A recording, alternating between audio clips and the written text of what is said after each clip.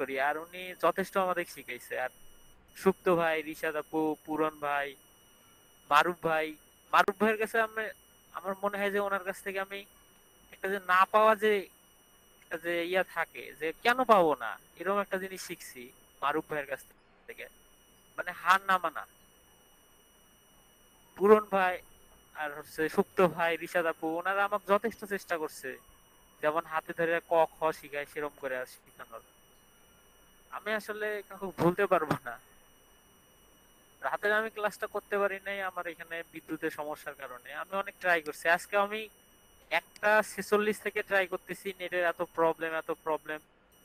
পরে সিম চেঞ্জ করে এখন আমি কানেক্ট হলাম। বিভিন্ন কারণে হয়তো বা শিখতে পারিনি, কিন্তু স্যারের যে দিক নির্দেশনা, তার যে মোটিভেশন গুলো ছিল, সেগুলো অনেক অনেক ছিল। আর ছোট ছোট ব্যাপার, মানে ছোট ছোট টপিকস হলেও এগুলো অনেক বিশাল বিশাল টপিকস। তা উনি যে এত সংক্ষেপে যে বুঝাইছে, যা বলার মতো না।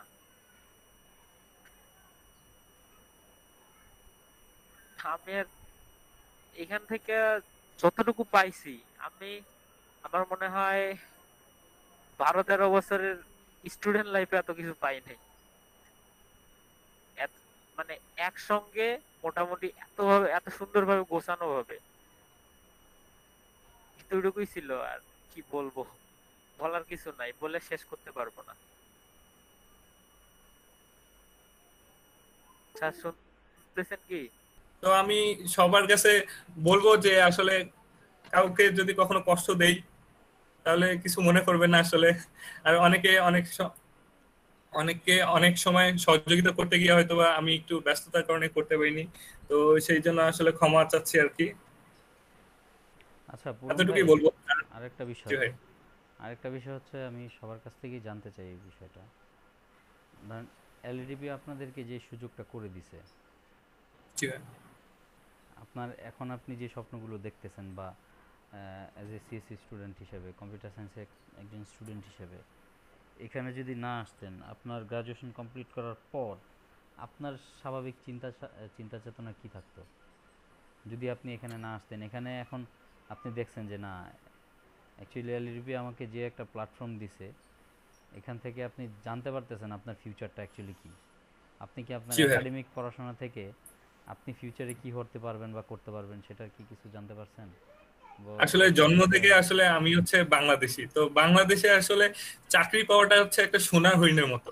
তো এইখানে আমি যখন গ্রাজুয়েশন কমপ্লিটের পর জবের জন্য অ্যাপ্লাই করব, তখন আমাকে হাজার হাজার ক্যান্ডিডেট, লক্ষ লক্ষ ক্যান্ডিডেটের সাথে কম্পিটিশন করে জবে যেতে হবে। তাও জব পাবো কিনা এটা নিয়ে অনিশ্চয়তায় ভুগতাম আর কি। বাট আচ্ছা, এলইডিপি তে যখন আমি কোর্সটা করলাম, করার পর আমার মাঝে একটা কনফিডেন্ট আসলো যে না, আমার দ্বারা কিছু সম্ভব আর কি। আমি আসলে যদি জব নাও পাই, আমি অনলাইনে কাজ করে ফ্রিল্যান্সিং করে আমি নিজেকে স্বাবলম্বী করতে পারবো। এই মনোভাবটা তৈরি হয়েছে এখন মনের মাঝে। গুড।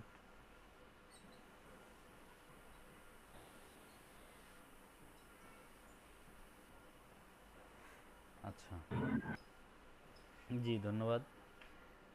একটা বিষয় কি, ধন্যবাদ ভাই, আপনাকে দেখেন তো অনেক অনেক ধন্যবাদ ভাই। আমাদের দেশে এই যে এই সিম্পল এই কোর্সটুকু আমাদেরকে যে প্ল্যাটফর্মটা এলইডিপি দিয়েছে, এখান থেকে আমরা যা শিখতে পারছি বা যতটুকুই শিখছি, এটুকু যদি আমি বাইরে শিখতে যাই, একটা স্টুডেন্টের আপনার মিনিমাম 6 মান্থ টাইম প্লাস হচ্ছে ইনভেস্টমেন্ট, একটা স্টুডেন্টের ইনভেস্টমেন্ট এখানে কি আসে, 6 মান্থ টাইম প্লাস হচ্ছে 30,000 প্লাস টাকা ইনভেস্ট করতে হবে। 30,000 প্লাস টাকা প্লাস 6 মান্থ টাইম। আমি যদি আমার কথা বলি, আমি কিন্তু কখনোই আপনাদের সাথে আমার ব্যক্তিগত কোনো কথাবার্তা খুব একটা বেশি বলি টলি নেই। আমি ভার্সিটি সেকেন্ড ইয়ারে থাকতেই কিন্তু এই কাজগুলো শিখতাম। ডটনেটের কাজ শিখছি আমি ভার্সিটি সেকেন্ড ইয়ারে থাকতেই, 2013 সালে। হ্যাঁ, 2013 সালের শুরুর দিকে আমি এই ডটনেটের কাজ শেখা শুরু করি। তা আমরা আপনার মান্থলি পে করতাম। তারপর হচ্ছে যে ট্রেনারের কাছে কাজ শিখছি, তার কাছে যাইতাম হচ্ছে ফজরের নামাজ পড়ে রওনা দিতাম। ওনার বাসা ছিল মতিঝিল। মতিঝিল বলতে আরামবাগে নটরডেম কলেজের পিছনে ওনার বাসা। তো এখান থেকে আপনার ফজরের সময় ফজরের নামাজ পড়ে আপনার এই ল্যাপটপ ব্যাগে নিয়ে কাঁধে নিয়ে চলে যেতাম ওনার ওখানে। ওখান থেকে শিখে বাসায় আসতাম, দেন এসে ইউনিভার্সিটির জন্য রওনা হইতাম।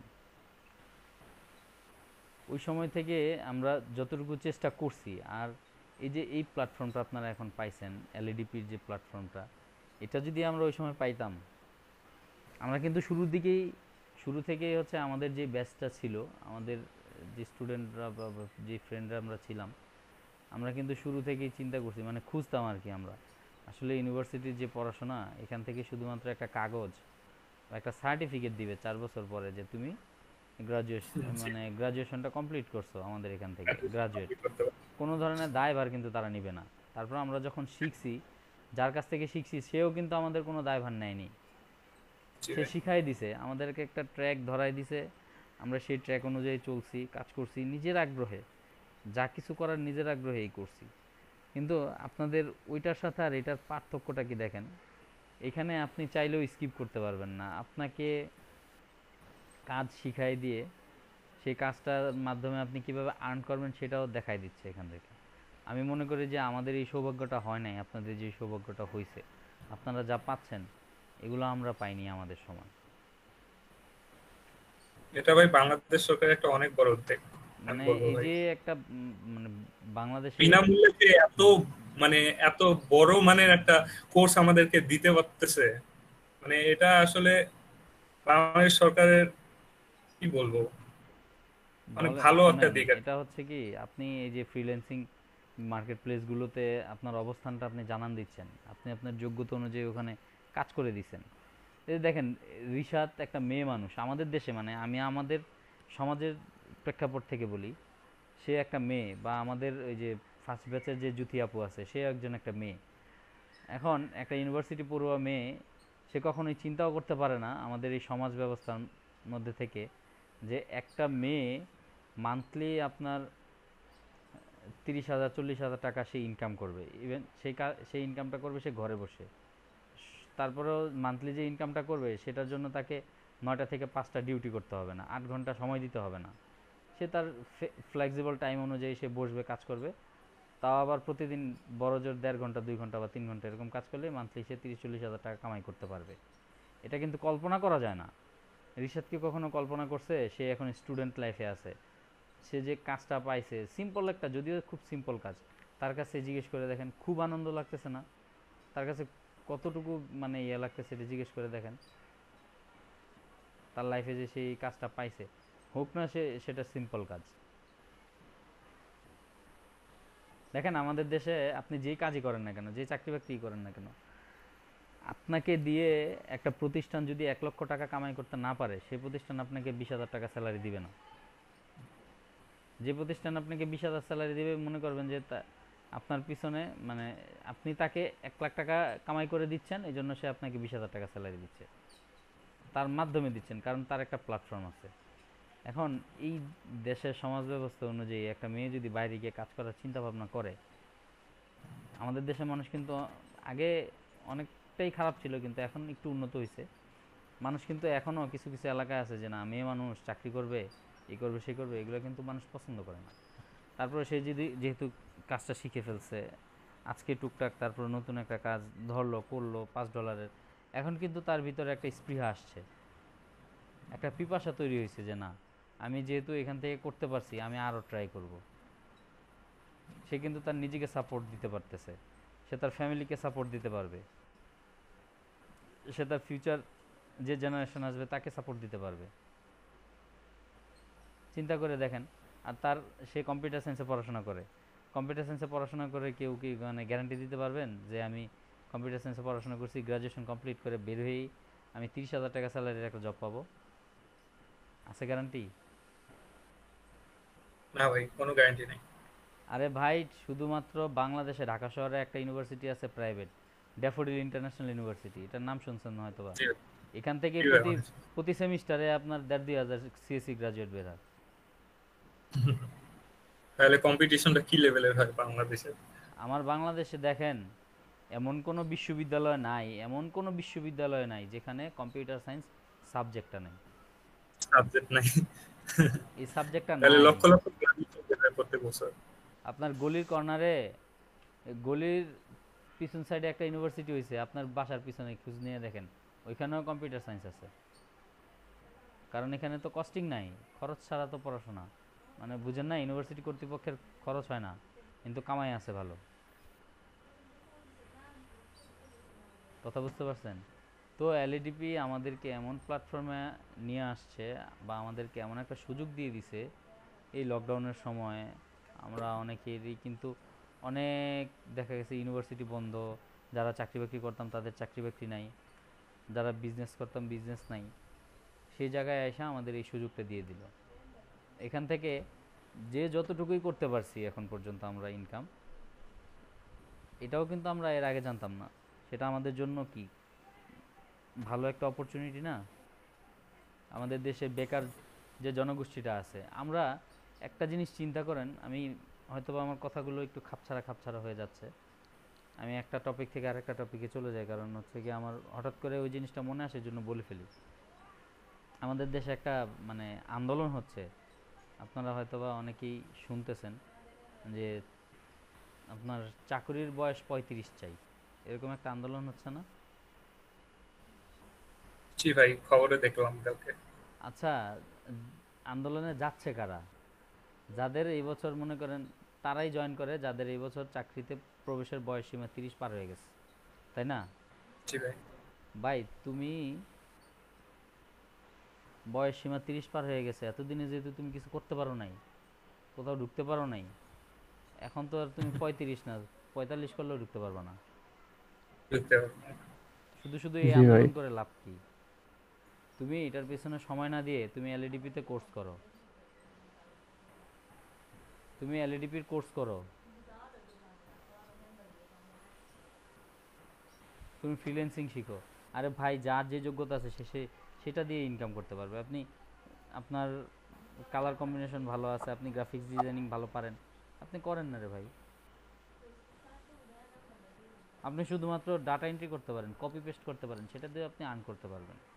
আপনি একটা শিক্ষিত ছেলে, কেন প্রেস ক্লাবের সামনে গিয়ে আন্দোলন করতেছেন যে 35 চাই 35 চাই?